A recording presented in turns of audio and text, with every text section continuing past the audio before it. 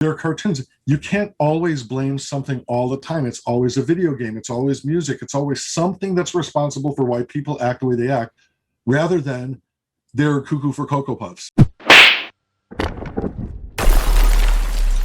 A lot's happened since yesterday! Ladies and gentlemen, children of all ages, welcome to another exciting edition of A Lot's Happened Since Yesterday. My name is Ralph Busso. My name is Cody Walker. My friends, in the back histories of this show, which hasn't been long, apparently it's somewhere between here and here, we have had a history, and that history goes back with friends and partners and contacts and people who just believe in what we do. And our guest today has been that man and one of those people from day one. He has been somebody we have literally been arguing with to come on our fucking show for like literally 6 goddamn months. He is the artist of our goddamn logo. You see it every fucking day when we crash in your face. Boom! Perry Zombolas. What? I sound pretty impressive. I'm just going to sit back and listen to this. No, I'm not done yet, because that was just what you did because you're awesome and you're the greatest person, and you just done this because you're awesome. My friends. Thank you. He is also part of your hearts, and you don't even fucking know it probably, which fix your goddamn life. Because when I say words like Rick and Morty, when I say words like disenchantment, Beavis and fucking Butthead, Animaniacs, I could go on, I probably will, but not right now. This man has been a part of these. They have been literally a part of our history and our childhood. Perry, how the hell are you? And thank you for coming on. Well, it's a pleasure. I'm a fan of both you guys. I love what you're doing with the show. It's your show actually is keeping me company. Like, let it run as I'm drawing, and it's so it's nice. I get to hear both of your voices as I'm drawing Beavis and Butthead. Well, then I'm just going to jump into one of the first formal questions I have on this list, which is why? Why do I listen to it? Why would you want to listen to me running my mouth like this in your ear? Now that I know, dude, I'm just going to be like, hey, buddy. Probably not a good idea to make me second guess myself, but No, dude. It's interesting. I love hearing your guests and stuff. It's like a lot of the stuff I'm unfamiliar with a lot of the artists that you're bringing up, but getting to hear people's stories, just it's really good stuff. We all have stories to tell, and we all have viewpoints, and we all come from different backgrounds, and I think it's number one, it's important in life to do that, just in general, to have that in your life. And you are a conduit for that, for bringing just new stuff to me. So I love it. I really do. Thanks, man. I appreciate that you appreciate what we're trying to do here. Speaking of stories to tell, though, that helmet behind you, what's the story behind that? There's nothing except for the fact that it's like I opened my wallet and I paid for it. So Where did you get it from? There's a company called FX Collectibles, EFX Collectibles, and they're in Southern California here, and they do these props. The guy who owns the company, he used to be with a company called Master Replicas, which was around forever. They do a ton of Star Wars stuff and other stuff as well, but they're mostly known for this. But they released this after the series came out, and yeah, I jumped right on that. So you're obviously a big Star Wars fan. What got you into that? And there's a lot of Star Wars stuff out there. So let's talk about that for a second. What's your favorites? What are your favorite movies from start to where we're at now? Well, I'm a fairly typical fan. I go back to original trilogy, so the 70s and 80s. What's your favorite of the three? My favorite of the original trilogy is probably the original Star Wars, the first one. I'm a big fan of Empire Strikes Back as well. Most people default to that. It actually, in a lot of ways, is a stronger film. It's like the middle of this story leaves you hanging at the end. All the characters are left in their worst point, but there's something about like seeing a movie that you have no reference point on who these characters are what they're going through. the first time they pop on the screen is the first introduction you're going to get, and that you'll never get that feeling again. You'll always be beyond that point. So not knowing what I was getting into as a kid and being introduced to all these aliens and characters for the first time, I could never get that moment back. You know what I mean? So it was the newness of it pushes the first movie as probably my favorite, a little bit above Empire. You didn't like Return of the Jedi, really? I did like Return of the Jedi. I like the whole thing, but it's like, once again, just being introduced the first time, you never get that again. A lot of people like harp on Return of the Jedi anyway. They felt like it was a sillier movie, goofier. Han Solo was acting like goofy all of a sudden. He wasn't a more serious character. So, but I loved all of them. Believe me, I got collectibles from all of those movies. And I kind of fell out of love a little bit as time went on, as a lot of people did actually. But The Mandalorian, man, that dragged me right back in. I was the time period that the stories are told in, right in line with what I like as well as other people. And my angle for Star Wars was I always liked the shoot 'em up, like Western kind of thing, more than the Jedi kind of thing. A lot of people like the, metaphysical, these heroes with these powers and this and that. And I liked like the dirty old cowboys. That's why it's like Mandalorian does that. So you like spaghetti westerns? I do. I'm not an aficionado on it, but it's like I like that kind of grittiness. Like the shoot 'em up, gunslinging. Are you a Clint just like Eastwood fan? Less wizards, more. Like Yes. yes. Like Clint Eastwood. Are you a Danzig fan? I like Danzig, yeah. Okay, because he's making a spaghetti western that's a vampire film. It's like it's a weird. Wait, he is? Yeah, he's making this film that's kind of a spaghetti western meets vampire, and I can't remember the name of it, but Danny Trejo's in it, and he what was that other actor's name that played? He played like a warlock or something. I think the movie he was in was called Warlock. Julian Sands, I think that's it. Oh, he has that accent. Yeah. So he's in it. Danny Trejo's in it. He's got several name actors in it. But it does look the cheese. It is based on spaghetti westerns and vampire movies, which, let's be honest, most of vampire movies are a little bit campy. You know what I mean? Yeah. So I'm expecting this to be a campy film, but it's kind of cool that Glenn Danzig is finally, and he's in the movie.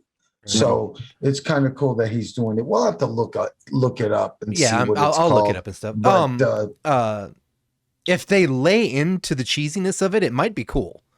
Yeah. Like if you accept the fact, look, we're doing vampires and cowboys and okay, lay into that, give me some of that cheesiness, those stupid lines you want to hear. I think he's trying to do something similar to Quentin Tarantino's, what was the From Dusk Till Dawn? From Dusk Till Dawn. Okay. I think he's trying to do something like that, but this is like Western based.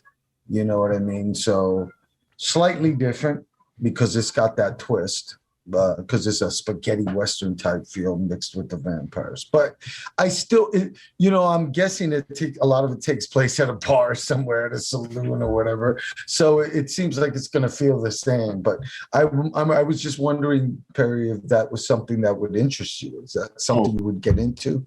Dude, I have a subscription to Shudder. I have a subscription to Shudder. I watch horror and all sorts of stuff. I have a wide array of interests, but yeah, horror is one of them. And horror is probably one of the top at this point, based on the fact that I think it's the only genre as far as film goes where they actually take chances and they do weird things. Right. You know what I mean? There's a lot of very weird stuff out there. Did you guys see The Platform? Yes, that one was. Yeah, that's the Spanish one, right? Was it in Spanish? I think it was subtitled. I saw it dubbed. That's the one with the food, and then they bring the food down. Yes, dude, watch it. I think it's on Netflix. I think they have it on Netflix, right? Okay. Yeah, it's trippy. It made you think. That's the thing. It's like they take so many chances in horror movies, just doing bizarre things, like anything that's scary or like kind of scratches your neck in a weird way. It's like they can do all sorts of stuff where a lot of the other things, like comedy is kind of being strangled right now because of the way the world is. So it's like a lot of the stuff that comes out is the same type of thing. Yeah. Dramas, I mean, there is a wide array of dramas as well, but it's like, if you look at TV, it's like, how many hospital shows do you have? Police dramas, procedural type shows, law shows, and that sort of thing. It's like people eat them up, so they keep doing it. Like, how many of these do you have to see? Like, once again, horror, I think at least. Well, horror, I think, is one of the least popular genres amongst most people. I mean, I think guys like you and me and, maybe Cody and maybe a few other people that we know that like heavy metal and stuff like that will like horror, but most people shy away from it and they're not really that into it. Comedy, I agree with you. I think that that's an interesting thing that we could talk about for a second. I do think it's being strangled a little bit and I don't appreciate it, but because I love to laugh, man, and I'm not closed-minded.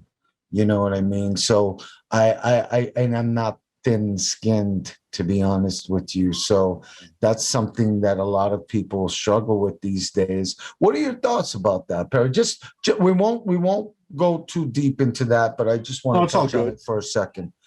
I think that people have gotten really sensitive about things to the point where they're getting upset with things that are not bad messages per se. Like, people were talking, like I saw a bit of an interview with Robert Downey Jr. and they were talking about Tropic Thunder, which I just started watching again a week ago. I didn't make it through it because I had other stuff going on, but I'm watching it and laughing out loud and shaking my head saying, wow, they would never do this movie. Not a chance. This movie Not would a chance. never happen. Oh, dude, you think Downey would be Iron Man if he'd have pulled that right now? Never Not a chance. Years.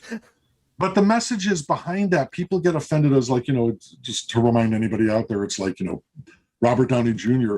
plays an actor who has had this surgery, this, new the skin surgery, pigmentation surgery. Skin pigmentation to make himself black so he can play black characters in these films. And, it's the point of it is not that he's making fun of any race or anything like that. It's that what a pretentious asshole this guy is. That's the joke. He's right, no.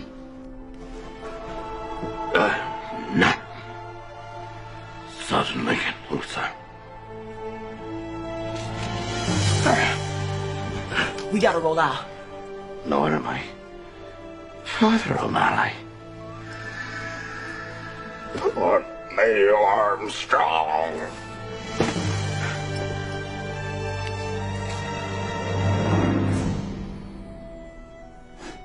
I think I might be nobody. Wow. The insecurity level with you guys is ridiculous. All of the actors in the movie, they get stuck in this situation where, they get stuck in a real war and they think it's all being, just a fake film, like a script or whatever. They're all a bunch of self-involved idiots. And that's the point. That's why this stuff is funny, not because they're poking fun at someone and demeaning somebody at all. Yeah. But I think a lot of people, they see something and they immediately grasp onto this message that may not be there. And then there's no separating that message. So people nowadays are afraid of it, afraid of doing anything. And, Jerry Seinfeld said in some interview, he's not going to do, this is a while ago, by the way, probably a couple of years ago, said he's not going to do the college circuit anymore because people get offended at things that there's no real reason to be offended at. It's, Jerry Seinfeld is a clean comic and it's all observational stuff, but people take things in a certain way. And you can't, once you explain a joke a million times, it's like you kill the joke anyway. Yeah. It makes it worse almost. Well, and that's what, you're right. That's what sucks about comedy, because most comedians a lot of them take their own traumas and work that into the humor, to find the humor of life and to show, look, I'm screwed up. This is what it can become. And everybody, let's laugh at what's going on because there's better ways to accept it than anger and fighting. And, laughter is best medicine, that sort of thing. And now they turn it around and go, well, yeah, you said this one word, so you're a racist, or you said this one word and now you're attacking anybody, really. And it's getting old. Yeah, you're you know, absolutely right, bro. I agree with Cody on that. I'm going to say this. I'm just going to go ahead and say it. People are one little thing you do that they don't like, and right away, you're bad. They they want you demonize gone, or You know what I mean? And it's just like I've been noticing it. It's very prevalent today. It's way more than it used to be. Yeah. I mean, yeah, people used to be. What I'm saying is, people used to be a lot more forgiving. I'm not saying we used to be better, but we used to be a lot more forgiving with each other. Well, yeah, you can I mean? tell the intention behind a joke. Right. I mean, if somebody tells a joke that is racially charged, you can have one person tell the joke and everybody busts out laughing, and you could have another person tell the joke and go, "That dude's a racist prick," because you can tell not everything somebody says is real. If there's malice to it, if Right. there's bad intention, and a lot of times that's very obvious. Yeah. But that's the thing. That's what I have a lot of friends that they understand that my sense of humor is a little bit edgy, just because that's just the way I am. Yeah. But they don't care because they know that's who I am. Yeah. And I'm just messing around, man. I'm not being serious. I'm just having fun with you. Well, what happened to being able to call your boy or call anybody and go, "Hey, dude, I don't know if you were just joking or not, but that bummed me out. What the fuck?" Yeah, and then you exactly. go, "Hey, dude, no intention. You have your Mhm. ad, and you guys are good." You know, Well, that's the thing is, Conversation. in society, yeah. I mean, the fact that people don't touch base and don't get together on this, something's said or something's happens, and then people automatically wish someone away into the cornfield, and then that's the end of it. It's like I'm old enough to have been around you guys. It's like, are not, spring chickens at this point. So it's like, what's happening in the world. Thanks, buddy. You're a fall chicken. You're a fall chicken. Okay. Still got a little bit of the fuzz, not much, but but it's we've been around long enough to kind of have seen the world develop and stuff. A lot of people, they're younger, they haven't experienced a lot of the stuff, so they don't know. And my friends, like the people that I'm closest to, usually we torment each other. Like it's, you give each other shit. It's what it is. It's like the Friars roasts. That's what that is. These guys are professional comedians. They like to give each other shit and see like how they can spar. It's like sparring back and forth. You know what I mean? Yeah. There's nothing about it to be. It's funny how that I'm glad you brought that up, because it's funny how we take one thing and we dig in. You know what I mean?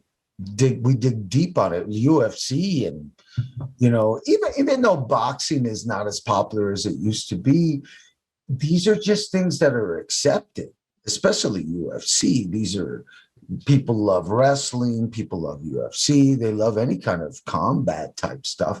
But meanwhile, if you say something that offends them on some small level, they try to demonize you, and you're like the worst enemy they know. And it's just weird. It's like, meanwhile, you're okay with seeing two men beat the shit out of each other. It's like weird. I don't know, man. Yeah, it's just pretty selective. It seems like, huh? It really is, and that's what I mean. It's nitpicking. And I also feel that we touched on something that's important to talk about, and that's the fact that the conversation is a lost art, in my opinion. Yeah. We no longer feel comfortable having conversations with each other. We are more comfortable sending a text message or an email, and we end relationships and careers with that kind of shit right there. And I think it's bullshit, and I'm going to go on record saying it. Yeah. I endorse that message. Well, Anyway. actually, we can tie this. Actually, we can tie this back into what you do, Perry, because you work in animation, right? Is it because of animation that these shows can get away with this shit on television? I think it's because of their history. Not to say that because some of these shows have been around for a while, but also I think they're changing to a certain degree. Like they're probably getting a little bit more sensitive to certain subjects. But some shows like Family Guy and The Simpsons. Family Guy is probably the biggest. I don't want to use the word culprit, but they push the edge more than most other shows. They definitely do. And South Park as well. But they have a history behind them, and also it's like the writers are very savvy. They know what they're doing, and it's like the stuff they poke fun at. It's all poking fun at like psychology and human reactions to stuff, like how people act in certain situations. That's all it is. I mean, a lot of the stuff, comedy is usually based in some sort of reality as well. It's like there's a reason people are picking these stories to make funny little quips about, you know what I mean? Right. Because it's like it's the quirkiness of the human condition, and it's like the writers on these animated shows, they know better than anybody else. I also think they fly under the radar a lot of times as well, so. Yeah, because I mentioned, I heard, do you know who Bill Burr is, the comedian? Oh, I love Bill. Bill's amazing. But he has his show on Netflix, and the name escapes me right now, but F is for Family. F is for Family, thank you. And he mentioned that. He's like, if I would have put some of the shit I said where the father says shit to, you do that again, I'll put you to the fucking wall. He's like, if I translated that into like a sitcom, it's not funny. He goes, but if a cartoon dad leans down and said it has a whimsy to it, Well, because Homer can literally strangle Bart, and their tongues come out and they make funny faces and stuff, and then they bounce back to their original position. They don't fall to the ground and die, and the ambulance comes and picks them up, and then there's a lawsuit, and it's like they bounce back. Yeah. And think of Tom and Jerry. Think about the stuff nowadays that wouldn't fly. That's the old, from the old days. Like half of the Chuck Jones cartoons, the old Warner Brothers stuff. These characters beat each other, they shoot each other, giant mallets, hammers, anvils, this and that. We all know this is a joke. I mean, if Elmer Fudd blasts Daffy Duck in the face with a elephant gun, it looks like, and his beak turns onto the top of his head, and he has to put it back on his face. Yeah, that's so true. It's like, we know that this is a joke, but now they take it like, oh, well, in case a kid goes and gets an elephant gun from the closet and does that, it's, there is, I hate to say it, some parenting that has to be involved. If your kid is that susceptible, then you should watch these children, not let them watch it. But there are cartoons. You can't always blame something all the time. It's always a video game. It's always music. It's always something that's responsible for why people act the way they act, rather than they're cuckoo for Cocoa Puffs. You know what I mean? It's like, sometimes it's people. I've witnessed a lot of people that have had problems in their life, and anything would have triggered it. It doesn't matter. Yeah. And, to go a little further with this, my theories on this, like blaming art in any way for the violence or the condition that's happening in the world, you could go back in time, and it's like, look at Jack the Ripper, for example. There were no guns like today anyway. He had it was such personal murders, like the stuff he got involved with. He was intimately involved. He killed these, prostitutes and cut them open and everything else. Sorry to be gross about it, but this sort of stuff has been going on forever. There was no movies and TV shows and video games and rock songs or whatever. Something twisted this guy's mind. It's been going on since caveman times. You know what I mean? Right. So it's more like being able to control ourselves and logically think things through. And obviously that's why there's ratings on stuff. If someone's too young to really understand something that's going on, you let them get a little older before you explain this stuff to them. You know what I mean? Yeah, I'm a gamer. I grew up a gamer. I tell my daughter all the time. She'll ask me something. I'm going, nah, darling, you haven't leveled up there yet. You got to wait until you get a little higher. She laughs and we move on with that. But I make it clear, you're absolutely right. And some people do need to set boundaries and go, no, kid, you don't need to play Doom Eternal. You're 5. Yeah.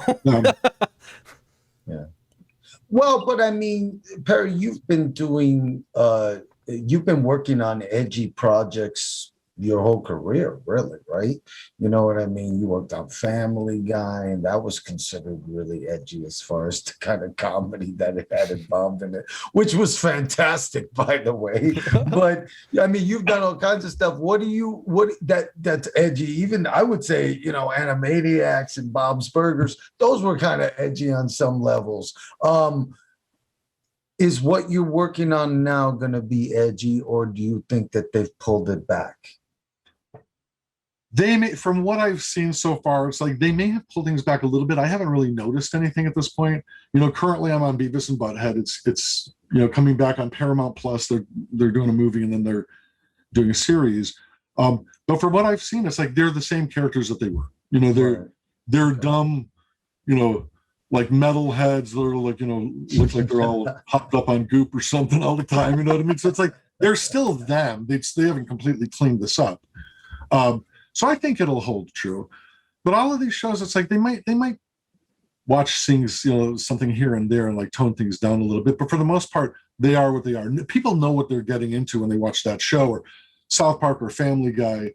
And for me personally, it takes a lot to really offend me to working on the Family Guy stuff. It's like, you got to draw some choice stuff. I didn't write on any of the shows really. So it's like, the only stuff I wrote on was like some kid shows, but these shows, it's like, I don't know, it's fun drawing edgy stuff.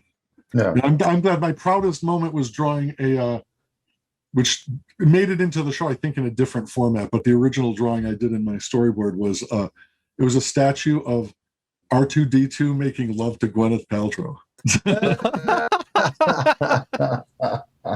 That was nice, pretty sexy stuff. Lord. You should have had a little side note where it says, "What's in the box?" No, Christ. What's in the box?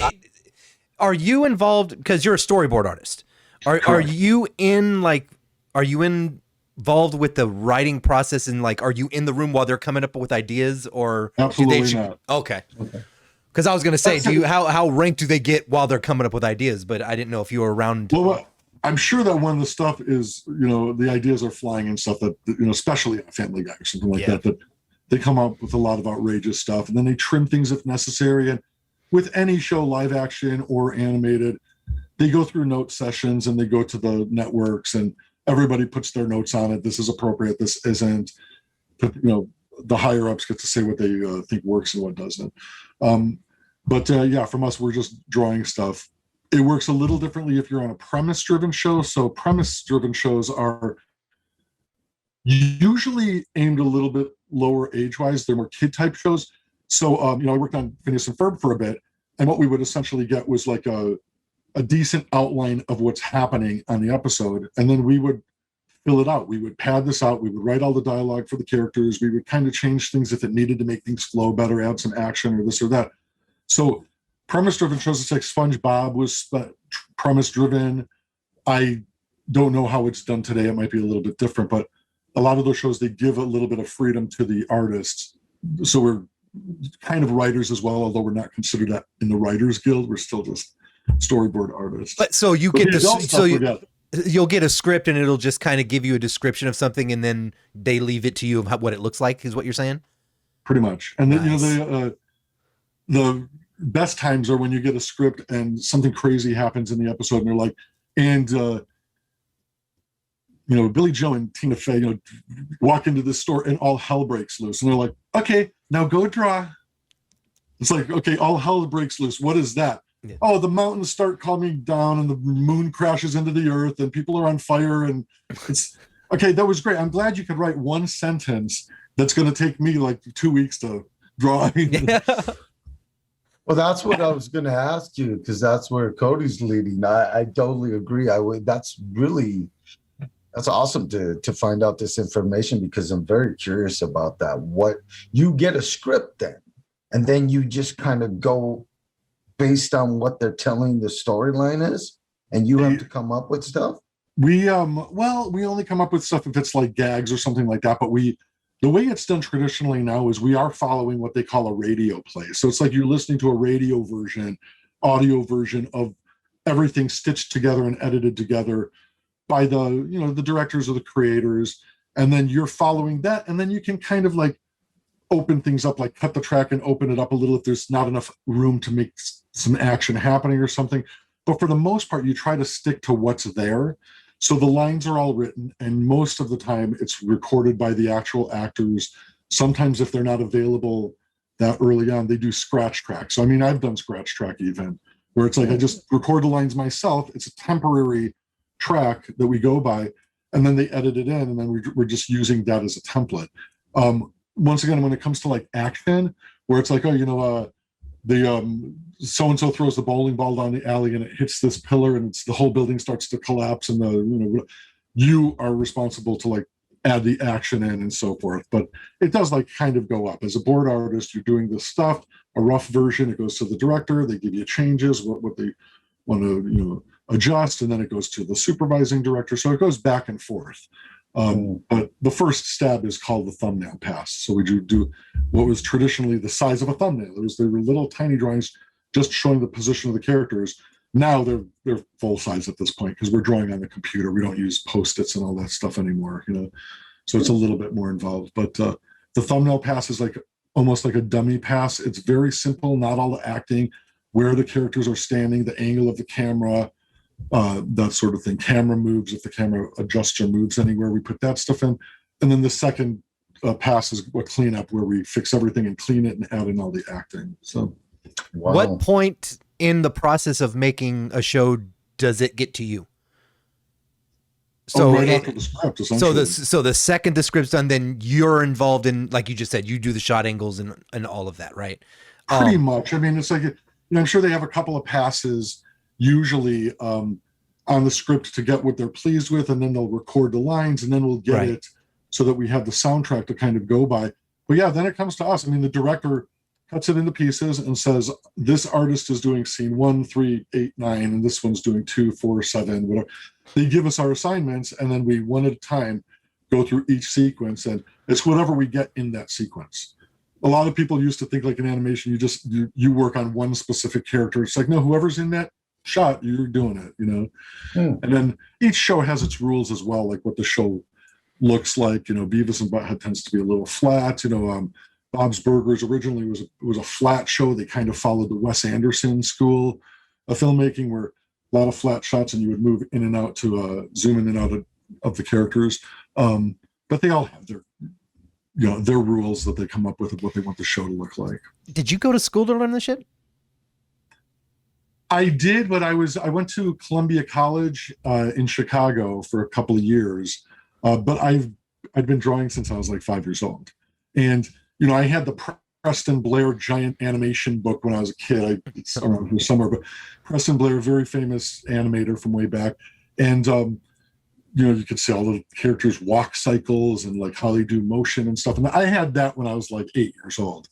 So it's something that I was familiar with, even if I didn't practice it because I was too young. But yeah, I was drawing like the Flintstones and drawing like Warner Brothers characters when I was very young. Chuck Jones was a big influence on me. So, yeah. Well, that's what I was going to ask you, because you have a specific style, you know what I mean? And I was wondering what got you into it, or what was the one thing that really inspired you to become an artist to begin with? Because I remember when I was a little kid, I used to draw. I'm nowhere near as good as you, dude. You're way talented. I'm not good. Obviously, that's why I got into something else. But I used to draw like people. Sometimes I used to try and make accurate like little sketches of people. And one time I even counterfeited a dollar bill just to see if I could do it.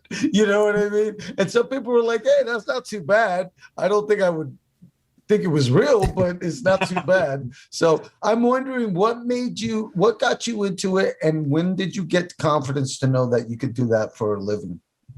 I don't know about the confidence thing. I think that kind of haunts me forever. Like, am I doing good enough at this? I don't know. When I first got into college, I was a broadcast student originally at Loyola University in Chicago. So I wanted to be on radio, and I took radio classes. I was on their local station a few times and all that. And then into it a couple of years, I realized that nobody makes it in radio. Like, I'm from Chicago originally. It's like, you don't end up on Chicago radio or New York or San Francisco. You end up in like, Pig Knuckle, Idaho, and and you deal with it. And I'm like, I didn't want to go through the whole Pig Knuckle small, the small circuit for years and try to like go up. So I'm like, is there anything else I'd be interested in? And I said, I think I'm going to just go into film. I'm going to take some animation classes because I draw all the time anyway. I scribble and this and that. And I had taken art classes in high school. So I went to Columbia College and I took some classes there, and there was a guy teaching there who had been he had worked at Hanna-Barbera Australia for like 15 years, and he'd really been around and worked for Warner Brothers and this and that. And Columbia got him to teach for them. His name was John McClenahan, and he decided to start. He moved back from Australia and wanted to start a small studio in his hometown called Homewood, Illinois, called Star Tunes. And I was in his class, and he pulled me and a couple other people out of class to work for him. And we started in when there was like not much there, and he got contracts from Warner Brothers bringing stuff in. So it's like I worked on Tiny Tunes and Tazmania back in the day and stuff, and doing assistant work over for him. So that's what really got me involved. And then at a certain point, like 25 years ago, the studio had grown by this point, and there wasn't a lot of work in Chicago except for what we were doing. So everybody decided to go to the West Coast, and I followed like a couple months later. So we all like migrated to the West Coast and all got into animation out here. So it's like I just kind of, a little bit more for the adventure and just jumped on board and said, okay, well, let's give this a shot. I'm going to move from Chicago to Southern California, and the rest is history. I mean, I've been pretty consistent. So you're a big music fan. I wanted to touch on that a little bit. I know you like hard rock and heavy metal. You've actually supported my band, so that's really cool, and I appreciate you for that. And that's how I got to know you. That's how I met you. We met at a House of Blues show, I believe.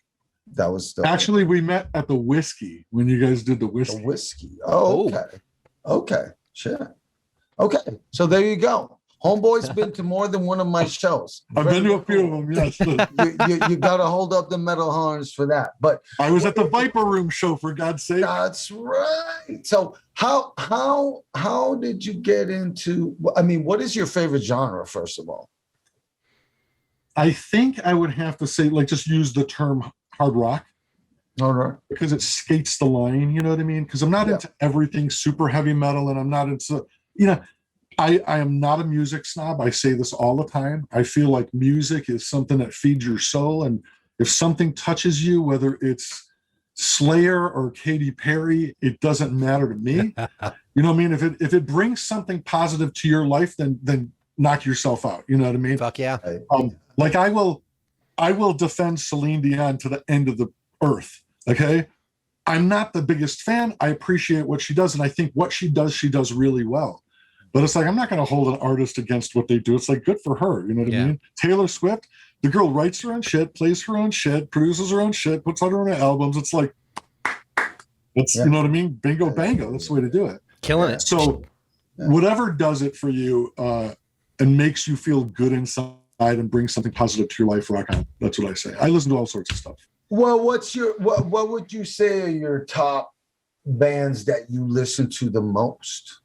I mean, there's got to be ones that you have like favorites. Well, number one would be Ravenscroft, no doubt about it. Although you think I'm joking, but you are in my Spotify rotation. I literally, I made like a Ravenscroft playlist. And I appreciate that, brother. I do. But tell me the ones that you really like the top 5 or whatever. So Metallica, Van Halen, both incarnations of it. I love Sammy Hagar. I still see him like whenever I can at this point. Gosh, what else am I really into?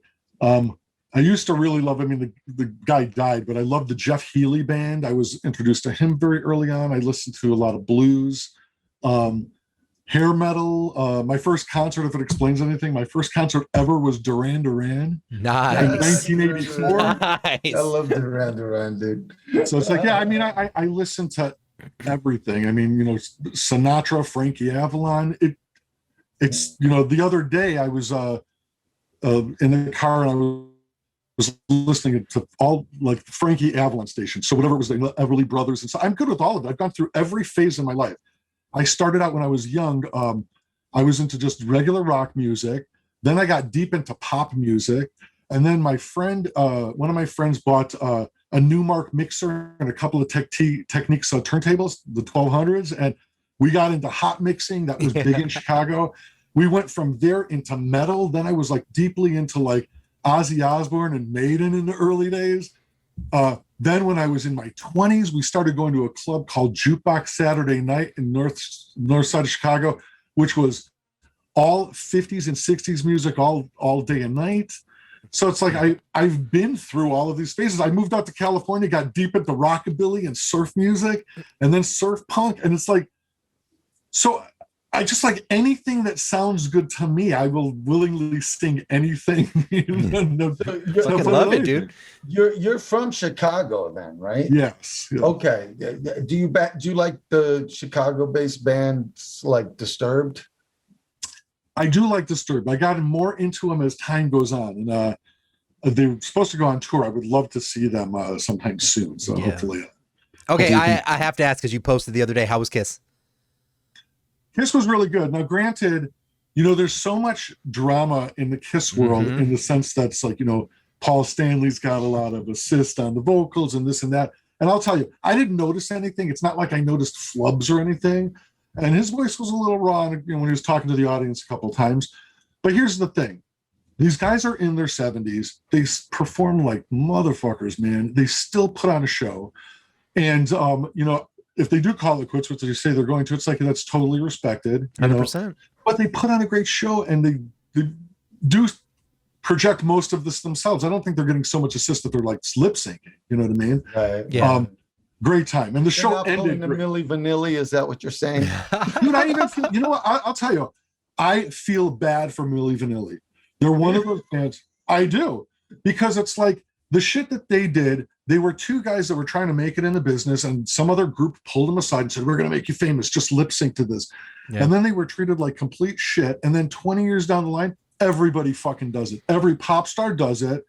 Britney Spears does it. All these people like lip sync, and everybody's fine with it. Yeah, I heard that Britney did that in Vegas, right? Didn't they say she was lip syncing in Vegas for a while?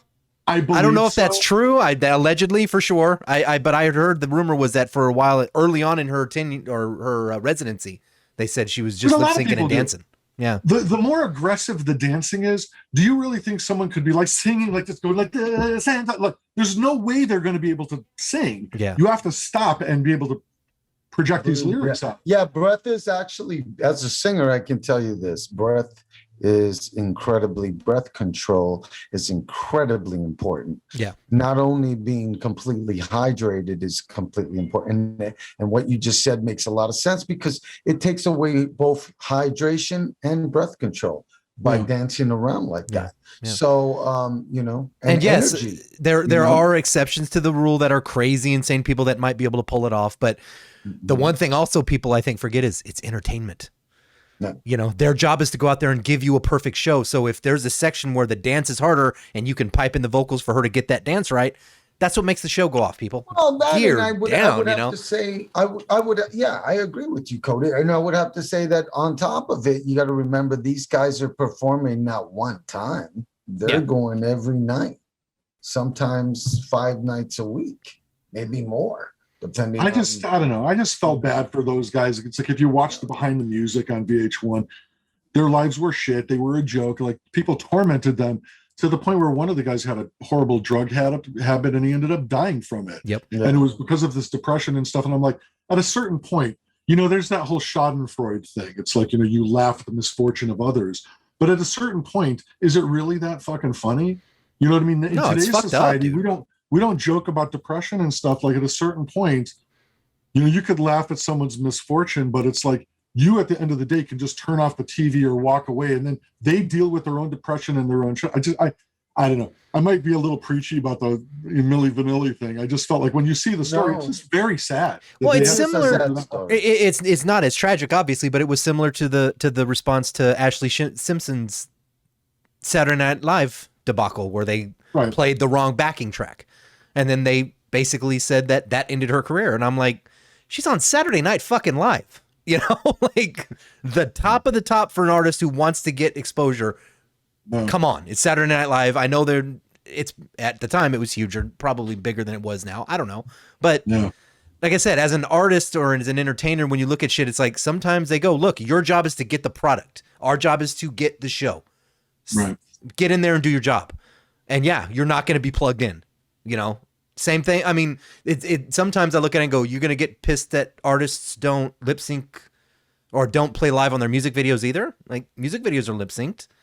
Yeah. It's a production at that point. It's not about that performance. It's about getting the production to the fans. You know? The only time I ever saw something different, which was like really, poking fun at the whole thing, was when Nirvana did that one performance. Did you ever see that one? I can't remember where it was. They did a performance where they were asked by the producers to lip sync. They were going to be doing it to track. Did you ever see that, Cody? Yes. Yeah. And they deliberately sabotaged the show. whole thing.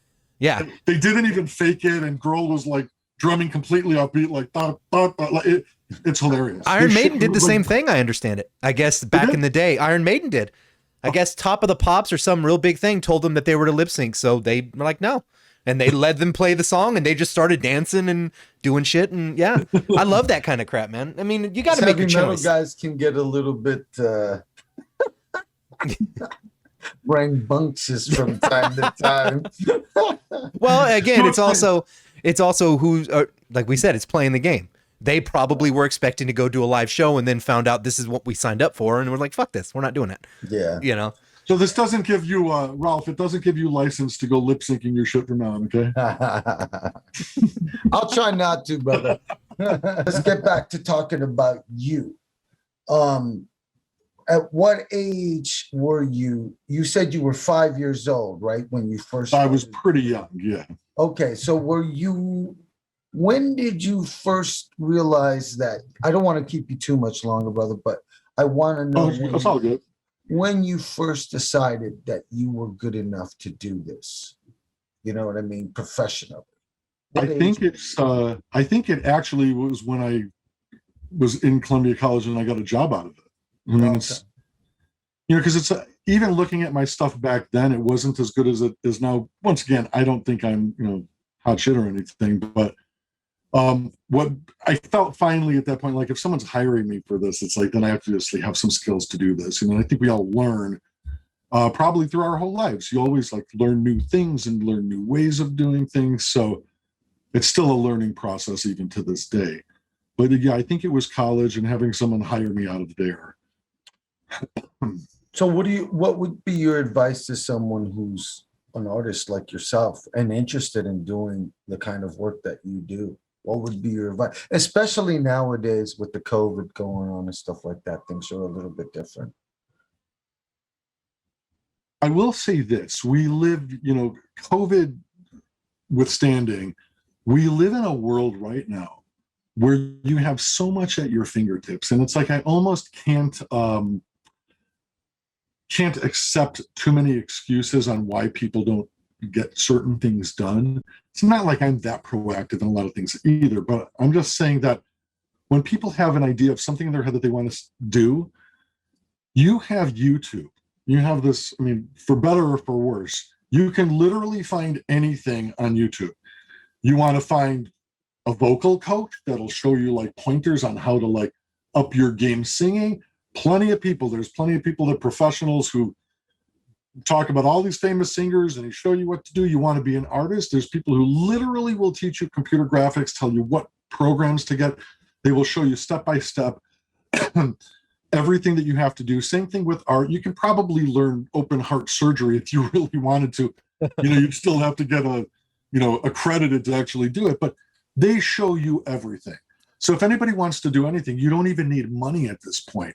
Use your internet to go on with your phone or whatever and start looking into it. That's a good way to get a gauge of, how much work it takes. If it's something that's for you, you don't have to spend all sorts of money and realize halfway, a year in that you spent $10,000 that this is not your gig. You want something else. The other thing is, I guess remember that you can change up your game at any point in life. There's people 60, 70 years old. They go, I've decided to do something different with my life and I've changed over and now I've decided to do this. You have time. As long as your foot isn't in the grave, you have time to change things, especially when you're young. I wouldn't tie myself down to something that you hate, but do the necessary steps to get ahead. I wish that people took more pride in their jobs. If I lost everything tomorrow, I would go work at McDonald's in a heartbeat with the intent that I would be the manager of that McDonald's within 6 months and have my own franchise within the year. May not be my dream, but you have to have a little bit of that gumption to do stuff and determination. As far as specifically art, draw. The thing is, it's like you have to draw as much as you can. You know what I mean? Keep those skills tuned, you know what I mean? And sharpen those skills.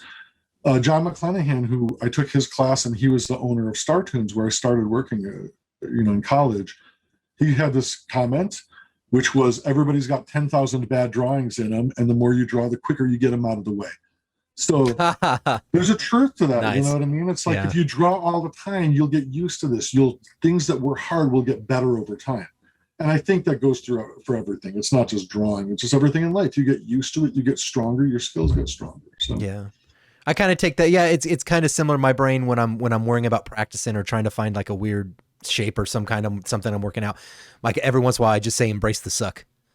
It's not going to come out right. You're going to miss a note, it's going to flub, it's going to do something. Just embrace it and move on. You'll get it, The mistakes make you stronger. Yeah.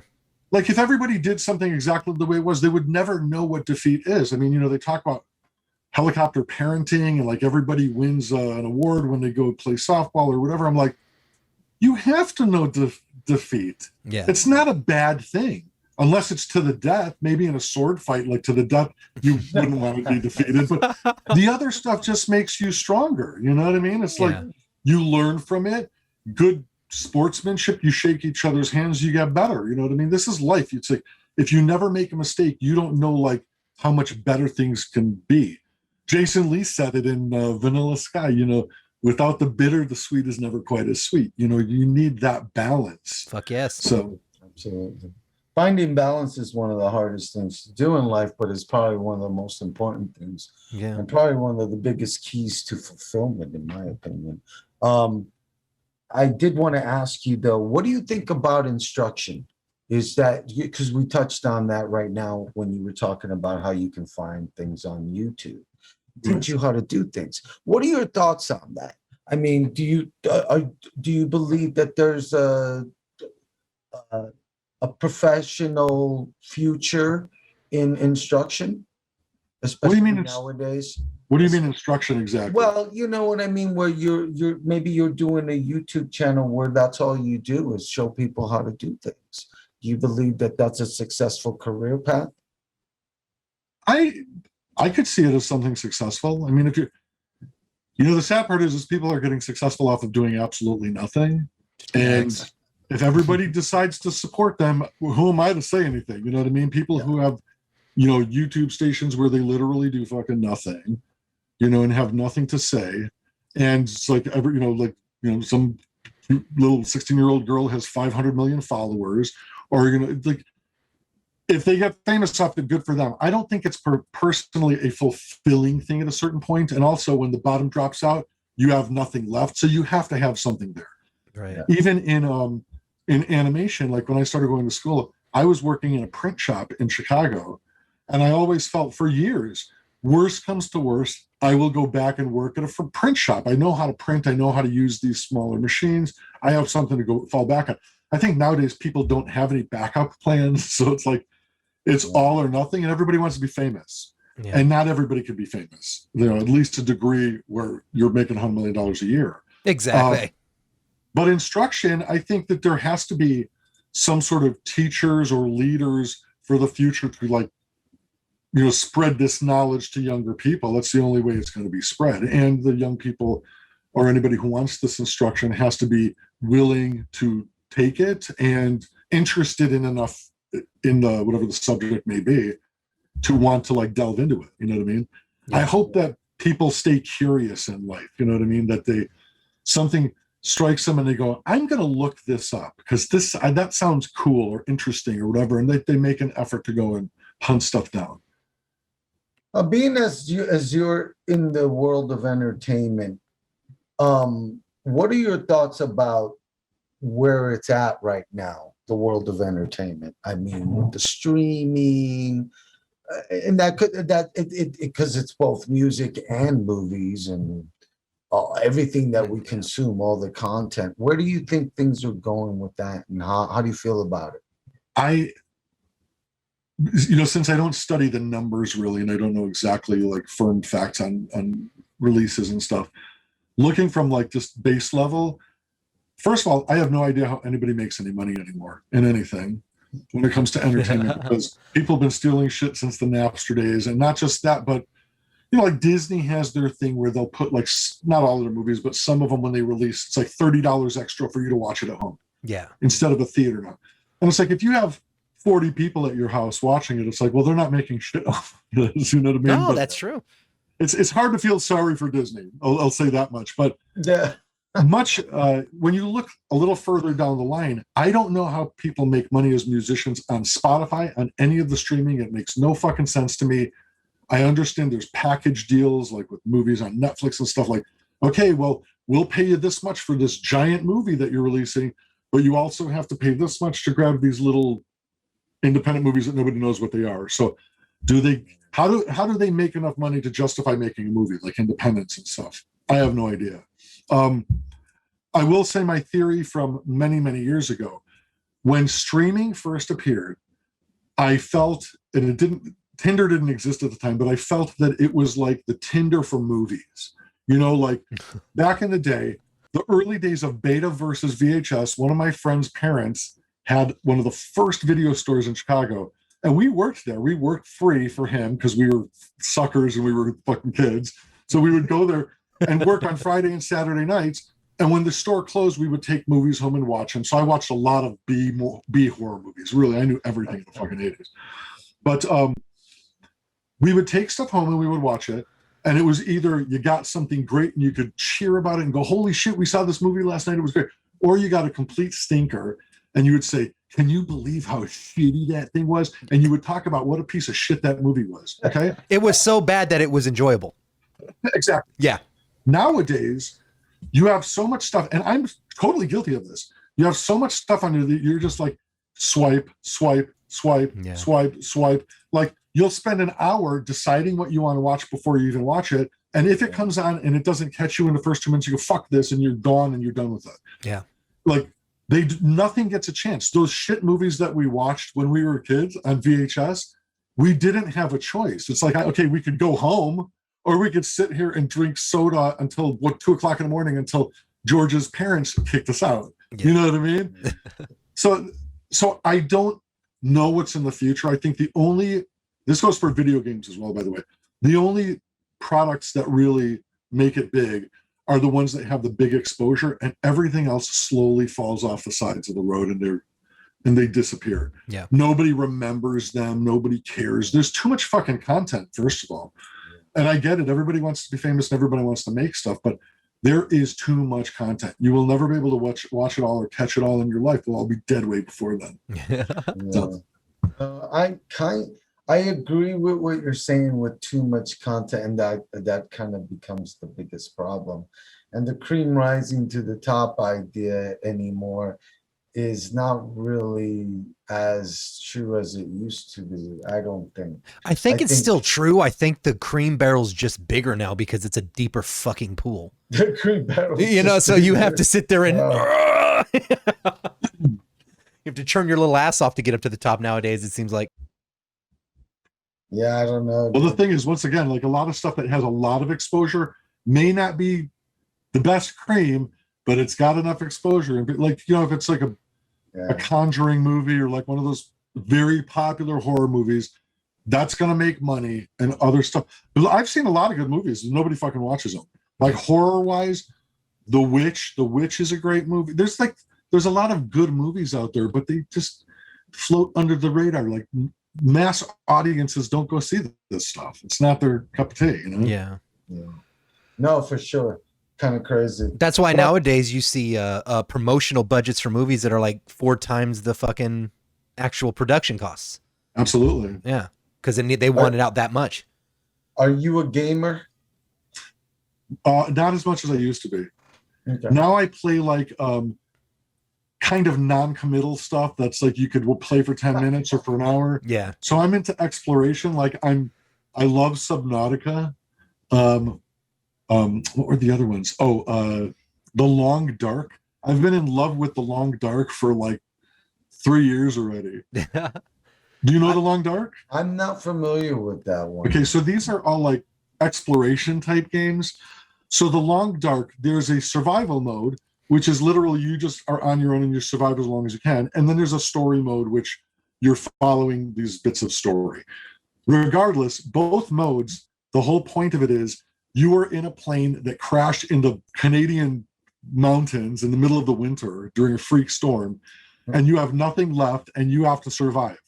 So you walk around and it's like you pick up sticks to make fires and you find random pieces of food, and then you find like you could break into these houses and these stores because the whole towns are abandoned and stuff.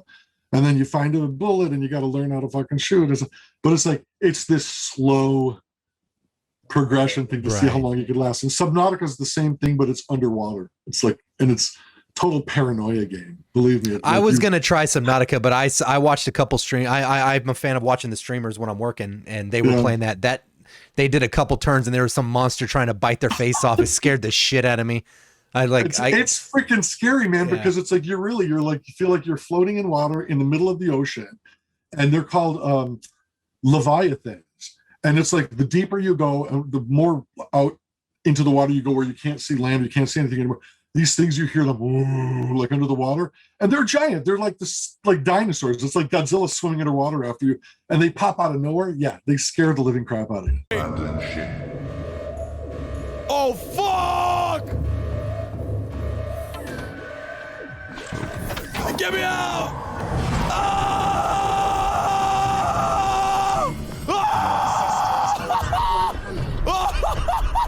What? No!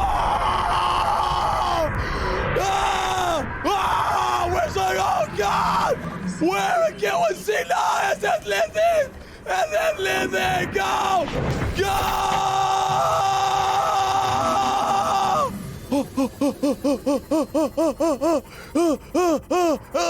I'm going deeper!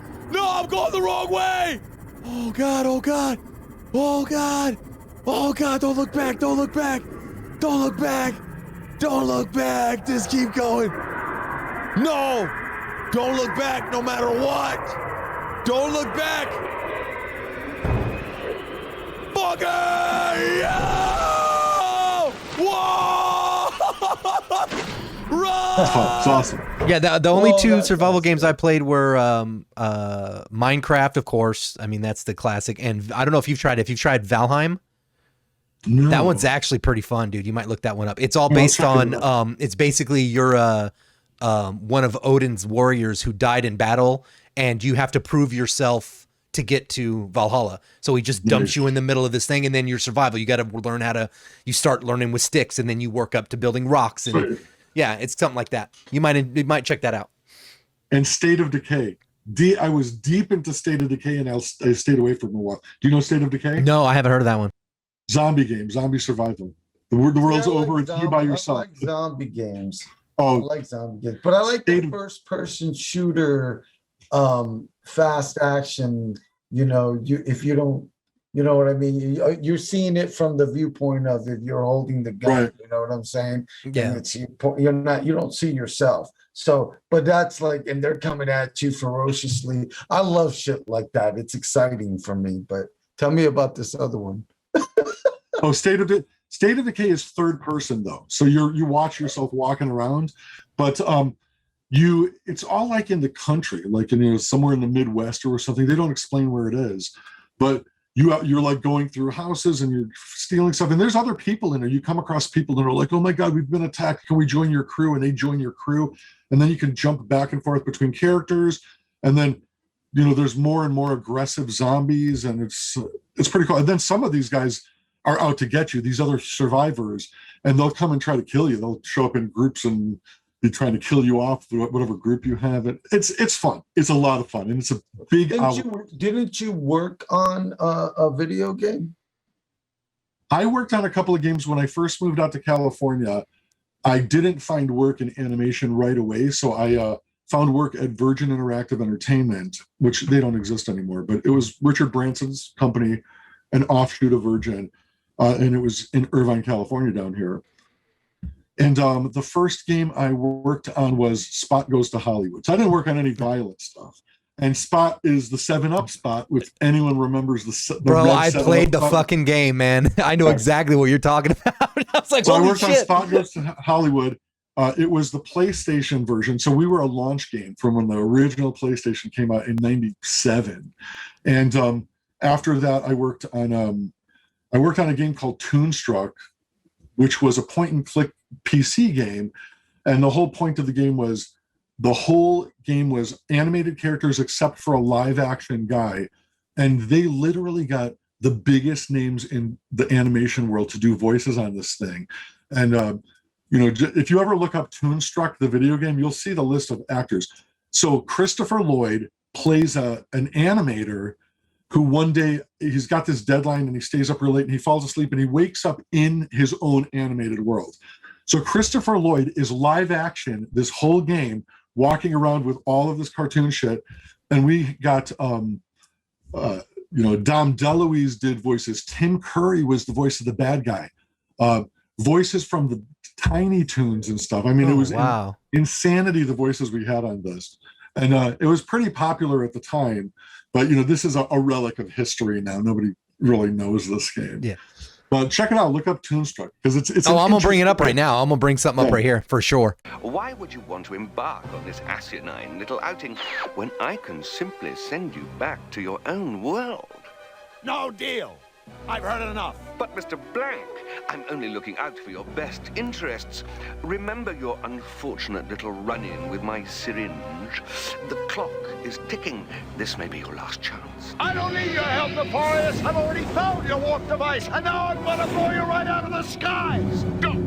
I command you! It was very adult. There was sadomasochism and violence, and all sorts of stuff. All right, brother. Thank you so much for coming on, Perry. You are awesome. You guys rule. That was super cool to have you on. I might skip this episode. You don't want to listen to yourself, but I don't need to hear my own stories. So now I'll probably listen to this as well. You'd be surprised, dude. We covered some cool shit on this. I think you'll like it. A lot of times I watch them and I'm just kind of like, that was fun. You know what I mean? We talked about stuff that we just on the fly. You know what I mean? And some interesting shit comes up. And I think this episode is no different. So hell yeah. But because we went down some paths I didn't expect to go down either. So yeah, I love it. Exactly. Yeah. So but thanks, bro. Appreciate Absolutely. you so much, man. Till next time. I'll gladly do this again. Oh, cool, bro. Yes. We are glad to have you on. Yes, absolutely. So we'll have you on when the shows drop, after the shows drop, so we can get into like production stuff and kind of talk little stuffs. Because I know you can't talk much about them and stuff. Well, once again, from the animation standpoint, it's like I'm just a guy who puts his headphones on and just draws and draws and draws until my arm hurts. So I don't know how fascinating it'd be, but maybe there'll be a little insight. You never know. Oh yeah, man. I mean, that's the thing is that with this is we talk to we talk to people that most people don't even think about. You know what I mean? But they're a big part of the entertainment industry, and people don't know that. And guys like you're a huge part of it. That's when Cody showed me this list of the stuff that you've done, I was like, holy shit. Yeah. He's been doing stuff forever. And like you said, some people don't even realize that you've been a part of the entertainment that's been coming into their lives. So, well, a lot of us artists, I mean, we're faceless people, because we work behind the scenes. Like one of the guys I used to work with, he would call it below the line, I guess is a term, right? Like we're not exposed types. So nobody knows what we do. We can, a lot of us, and it's like, but I know a lot of people in the industry, people who've worked on like some of the most famous shit in the world, and they can walk around in society like it's no big deal. These actors, they get hounded all the time. They would never know what we do. And, this kind of goes back to my whole theory in life. I think a lot of times when people, young people are looking for a job or they're looking for some outlet to do something, and they don't really, their scope is not wide enough to really consider the world. When you walk out on the street, you kind of go to wherever your aim is. You go, I have to go to the store to buy some bread. So you get in your car, you drive to the store, you get the bread, you come home. Rarely do you think about what it takes to have this world around you function. Right. When you walk out onto the street and you go, somebody paved these roads, somebody actually came up with the formula of this pavement and this blacktop because it improved over last year. And somebody made these street lamps, and somebody cleans them. Someone changes the light bulbs in them. Someone mows the grass. Someone feeds the grass. Someone built that building just now. Someone's doing construction on it. Oh, a car got into an accident. Here come the police. Here comes a tow truck. This guy, his wife works at the factory where they actually make toilet paper. It doesn't matter. It's like endless. To get this world running, it's billions of human ants running around and doing their things to make your world what it is. Right. Whether it's you're looking for a specific brand of something, or you want to go to a specific movie or buy a book, or there's so much shit that goes behind it. There's so many opportunities and so many layers to look at in the world. There's, that's what I mean. You're saying that's like, yeah, the stuff that I do, people wouldn't know. And there's so much beyond me. Like I have a poster from when I was on Family Guy. I took this big Stewie poster, which next time I'll find it, I'll pull it out for you. It's a picture of Stewie's head real big. It's right when the show came back from the dead because it was canceled a couple times. Yeah. And I walked around the studio and I had literally every single person who works on that show sign that poster. Oh. So I got like the whole main cast. Seth MacFarlane signed. I had some guest stars, but it wasn't just them that was impressive. I got every fucking artist, the producers, every writer, the person who does payroll, the guy who ran the office supply room, the editors. Literally everyone fucking wrote it. And then somebody told me, well, you didn't sign it. So I ended up signing it on the back because it's my poster. But when you see this thing, it gives you a greater idea. And that doesn't include the people overseas who are doing the animation. Anything in life takes so much work and so many people. And there's, I guess that goes to my final statement, which will be, showing a little grace to the world, because there's so many people that make this world run and make the world turn. And you can never consider it if you don't open your eyes and you look. You know what I mean? You got to pay attention sometimes. Yeah. So there you go. Absolutely, brother. That's perfect, though. That was a perfect statement. That was the perfect statement. Shed a tear. Shed a tear for the enemy. No, but it just goes to show, because we have said this since day one, and we continue to say it. Ralph and I started this show in an effort to shine light on artists, on art, on entertainers, on the importance of keeping art and artists that you believe in alive. And that is exactly the reason why. Because most people just don't understand how much it takes to get art together and how much it takes to get anything going. It's all kind of ignored, I think. Yeah. They just want the finished product, and they don't really give a shit.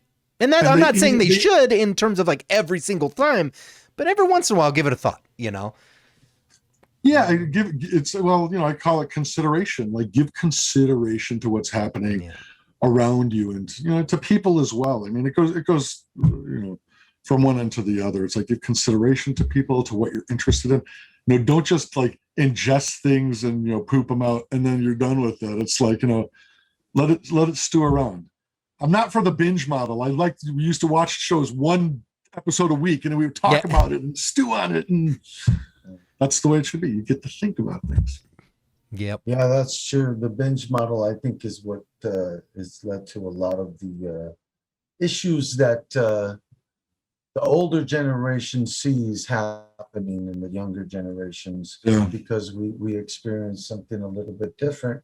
And I think we have a little bit more appreciation for those things, although many of us are guilty of diving right in to what's happening. We all do.